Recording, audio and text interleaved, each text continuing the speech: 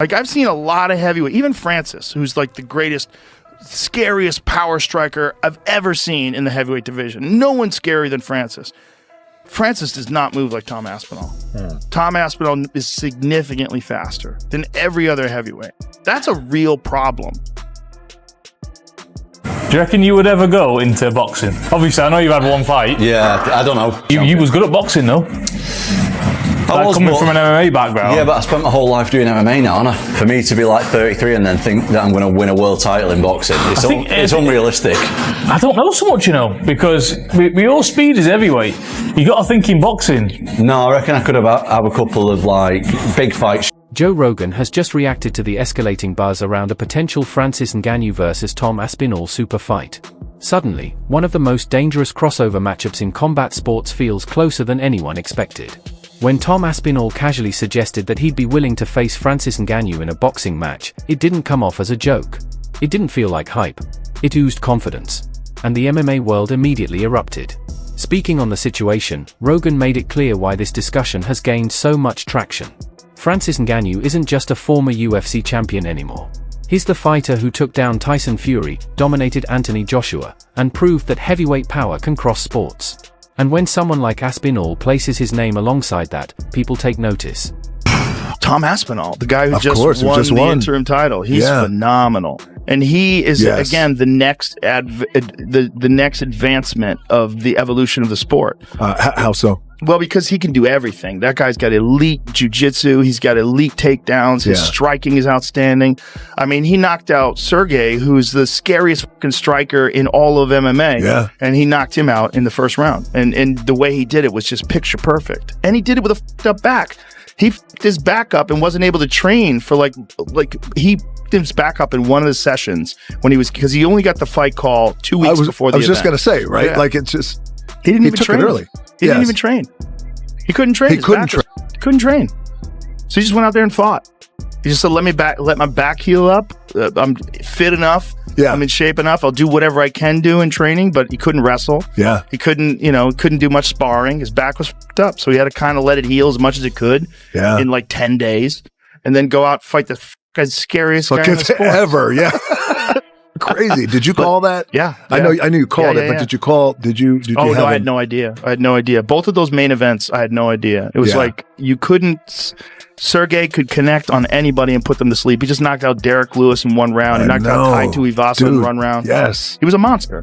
And so you watch Sergey and you go, I don't know. You watch Aspinall, I knew Aspinall was going to have a speed advantage because he's faster than any heavyweight. Yeah. And that's something that his coach drilled into him when he was young. Speed. Be fast. You got to be fast. That's what's going to separate you from everybody else. Speed kills. Speed. Yeah. And he's a giant dude, 260 plus pounds, but he moves like a fast young guy. Yeah. Like a light guy. And so and he's also just so well-rounded. And he's just beginning. When you dropped him in the second round, I jumped off the couch. I would say something. I was very underestimated. They didn't know that I could have do something. If they have known that beforehand, maybe this fight would have never happened. There it is. Why are you dancing in front of him? When we started fight, when the referee said, okay, you guys go to your corner, he said, let me take you to school. The dancing was like, you're a bad professor, you're a bad teacher. Because stylistically, this fight is absolutely terrifying. Tom Aspinall is fast, clean, and technically sharp. He doesn't lumber forward like traditional heavyweights. He doesn't throw wild shots, and he doesn't panic under pressure. His boxing fundamentals are tight, his timing is precise, and his movement alone sets him apart from most heavyweights on the planet. Rogan has often highlighted how rare that combination is at heavyweight: speed, composure, and confidence. But Francis Ngannou is different. Ngannou carries fight-ending power in every exchange, one clean connection, one small mistake, and it doesn't matter how technical you are. Rogan has said many times that Francis's power is something you feel even when holding pads for him. It's not normal. It's not human. And it changes how people behave in front of him. That's why this matchup has split the community right down the middle. Some fans believe Aspinall's movement and boxing IQ could frustrate Francis, dragging him into later rounds and exposing the slower moments. Joshua and Francis Ngannou. Oh, brother. Crazy, man, right? It sucks. I thought if Anthony was gonna be able to really shock the world, this was, I was like, I give him Anthony Joshua first. I was thinking that like he could have Andy Ruiz. Like Joshua is known for like kind of getting caught and he gets rocked. Did you see the boxing match last night? Did you talk to Eddie after it? I did not. I mean, I saw it on social media. Yeah. What did you make of that finish in the Francis fight?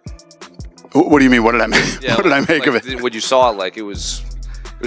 People are saying it's one of the more violent knockouts in boxing history.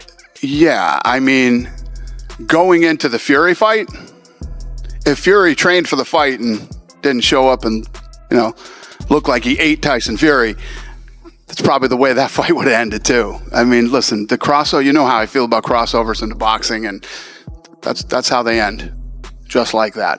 Tom Aspinall's the guy. He's the guy. And what about Francis Ngannou? You having him? You want some? The day that I start ducking out of fights and turning opponents down and stuff like that is the day that I'm going to retire. I'll fight anyone, I'll fight anytime, and I'll fight anywhere. Never turn down a fight in my life. Never will. The day that I start thinking about turning down fights is the day that I'll retire. So to answer the question, others are convinced that no one can dance forever with Ngannou and that eventually one shot would shut the lights off. And then there's the bigger picture. This conversation doesn't exist in a vacuum. Aspinall has been stuck in UFC limbo for over a year. John Jones avoided the fight. The heavyweight division stalled. Aspinall defended an interim belt that feels meaningless. And while he remained respectful, patient, and professional, the politics kept stacking against him. Meanwhile, Francis Ngannou walked away and immediately proved why fighters are questioning the UFC system in the first place: bigger paydays, bigger freedom, bigger fights. Rogan has repeatedly pointed out that this is exactly why crossover fights are becoming more appealing to elite heavyweights: less red tape, more control, and a chance to build a legacy outside the UFC bubble. That's why the backlash and excitement have been so intense. Some fans accuse Aspinall of chasing money. Others praise him for being ambitious. Some think it's unrealistic. Others think it's inevitable. But no one is ignoring it, because the idea of Tom Aspinall versus Francis Ngannou isn't just about boxing or MMA. It's about what heavyweight fighting looks like next. Would be a blockbuster event. I think the whole world would come out. There's a big card you keep talking about that you want to be on, a White House card, right? Yeah, dude. Who do you want for that? You want Pereira? I'd like to fight Alex Pereira at the White House. I feel like he's incredibly respectful. I feel like he's a household name in America and MMA. Everybody knows who he is. He's a champion. He's in the conversation of being one of the greatest fighters of all time. It would be a blockbuster event. I think the whole world would come out. I've beat many Brazilians over the course of my life. Either way that fight were to go, no one loses in that fight. It generates so many millions for the sport. There's just no losing when you have such high level people competing who respect each other. When you talk about the White House and having the greatest American fighter of all time, I mean, how can you have a White House card without literally the GOAT? The GOAT. This eye's still a little bit blurry. The other part of this eye is blurry. But the main thing that's bothering me at the minute is double vision. When he's looking up and in, the left eye is going up and in extremely well. The right eye is kind of stopping. You see how the right eye is just not as high up as the left, and that's a restriction. So the eye wants to go and he wants to track it, but the more I do this, the more he's going to start aching in that upper inner aspect. And what he's going to do is, if he's in a fight situation, he's not going to be dealing with it. He doesn't want the ache in the eye, and he also doesn't want to have double. So what he's going to do is tilt his head. So that's on that side. If you look at the left, which should be matching it, so you're looking across, up, up, up, up, up, as much as you can. And you can see how, again, with the right eye, it's up and out, but the left eye is just not able to go as extremely up as possible. When I got poked in the eye, obviously, and then people were like, his eye wasn't even red. Does your eye always go red when there's something wrong, or is that? You can absolutely lose your vision without having a painful red eye. So you don't need a red eye to have blurred vision at all. So no. Yeah. So how long till I can train properly, spar? It's a long road ahead, but the prognosis is guarded at the moment. I would recommend that you wouldn't fight until your double vision's resolved. Tom Aspinall went to the doctors and the doctors has confirmed that he's got some issues with his eyeballs. He's got some soft tissue damage to the eyeballs, and that will happen when a 6'6" Frenchman sticks both of his fingers knuckle deep into your eyeballs, okay? So that's not surprising. But what is surprising is that he has something called Brown syndrome, which basically is where the eyes aren't moving in tandem with one another. So therefore, the eyes, which are basically cameras, right, for your brain, in case you don't know, they're seeing different images. And when you see different images, you see double, or maybe sometimes the brain cuts out one of the images so that it doesn't get confusing and you don't get headaches and stuff like that. And then, of course, when you're only seeing through one eye, you have problems with depth perception. Think about Dana White saying Tom didn't continue. Tom didn't want to continue in the fight, so. And then also, who gives it to eye pokes? Who gives it? Well, listen, I didn't continue. I'll tell you why I didn't continue. Because I'm not a dummy.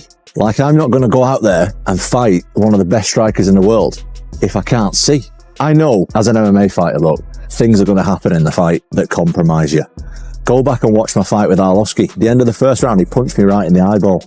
Final 20 seconds of the first round. Oh, big right from Arlovski. For the rest of that fight, I couldn't see him out that eye. That's fine. If you get punched or kicked in the eye, that's fine. But if you get double eye poked in both eyes and you've got no vision because of a foul, why should I carry on so some dummy can look and say, oh yeah, Tom just got knocked out? Because I ain't going to fight if I can't see it. It's about power versus precision, chaos versus control, and whether the UFC can even keep its top heavyweights locked in anymore. Joe Rogan reacting to this moment only adds fuel to the fire. Because when Rogan talks about heavyweights, people listen. And when he starts entertaining a fight like this, it signals one thing very clearly: this isn't just fantasy anymore. For now, it's talk. It's speculation. It's debate. But the stigma is growing. The pressure is building. And the idea of Aspinall versus Ngannou refuses to disappear. The real question isn't whether fans want it. It's whether the fight world is ready for it.